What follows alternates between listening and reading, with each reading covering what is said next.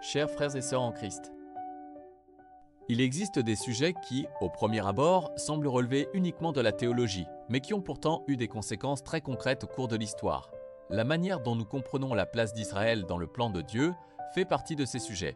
Récemment, j'ai écouté un podcast animé par un frère en Christ engagé dans un remarquable ministère d'apologétique, d'enseignement et de diffusion de l'Évangile. Son invitée, une théologienne, abordait la question d'Israël, de son statut, des promesses divines et de leur accomplissement. J'ai été encouragé de constater qu'elle rejetait l'idée selon laquelle Dieu aurait définitivement abandonné Israël au profit de l'Église. Elle reconnaissait au contraire que les promesses de Dieu envers Israël demeurent valables et que Dieu est fidèle à sa parole. C'est un point essentiel, car les Écritures affirment clairement que Dieu ne renie pas ses alliances éternelles avec Abraham, Isaac et Jacob. Lisez Genèse 17, 7 à 8, Romains 11, 1 à 2 et verset 29. Elle insistait cependant sur un autre aspect. Les promesses de Dieu s'accompagnent d'un appel à la fidélité. De nombreux Israélites se sont détournés de Dieu au cours de leur histoire, et les exils successifs témoignent effectivement des conséquences de leur désobéissance. Sur ce point également, les Écritures lui donnent raison. Dieu avait averti Israël que l'infidélité à l'alliance entraînerait le jugement et la dispersion. Mais c'est ici qu'une grande prudence est nécessaire. Au cours des siècles, cette vérité biblique a parfois été utilisée pour justifier des discours hostiles envers les Juifs. Certains ont fini par présenter toutes leurs souffrances comme la preuve que Dieu les aurait rejetés ou abandonnés.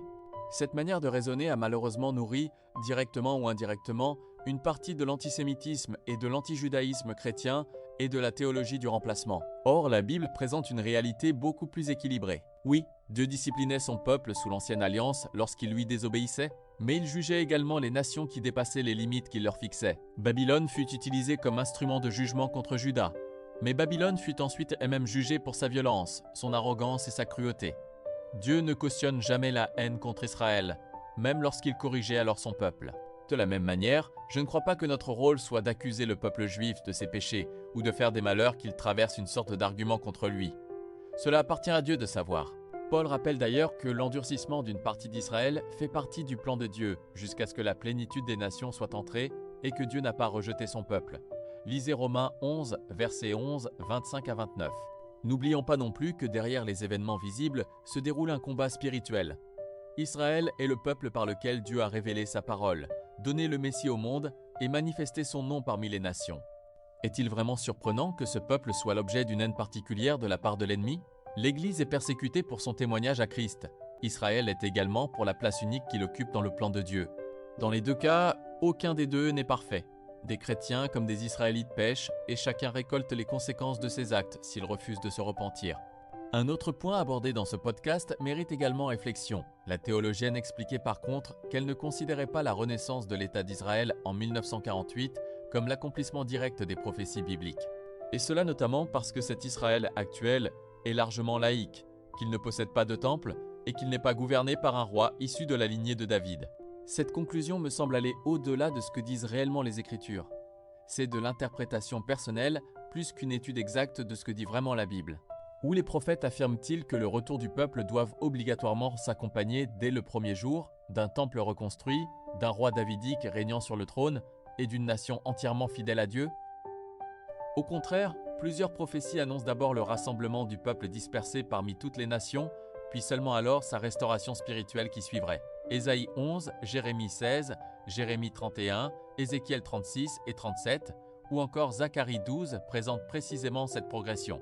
Dieu ramène d'abord son peuple sur sa terre, puis il transforme son cœur.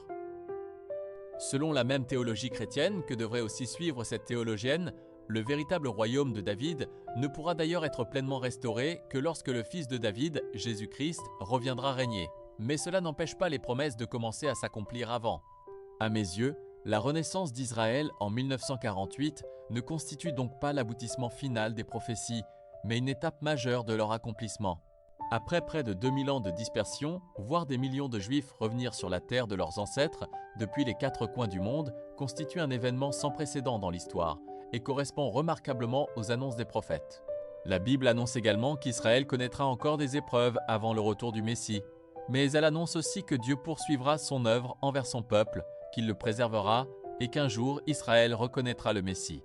Tout cela devrait nous conduire à une attitude d'humilité. Prions pour que l'Église demeure fidèle à l'ensemble des Écritures sans retrancher les promesses que Dieu a faites à Israël. ni les transférer à d'autres alors que lui-même déclare que ces alliances sont éternelles, que l'Église ne nie pas l'authenticité et la légitimité de l'Israël revenu aujourd'hui sur sa terre. Il semble que certains chrétiens veulent finalement garder un Israël biblique, conceptuel, qui flotte quelque part mais qu'ils n'ont pas le courage de reconnaître l'Israël actuel et réel qui se tient devant leurs yeux. Cela est peut-être dû à la pression antisémite et anti-israélienne qui règne aujourd'hui. Prions pour que les chrétiens aient un courage intellectuel et spirituel plus élevé.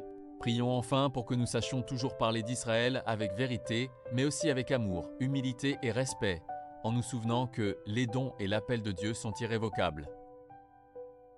Soyez bénis abondamment. À la prochaine fois pour les pensées hebdomadaires. Avec reconnaissance et avec vous pour la vérité.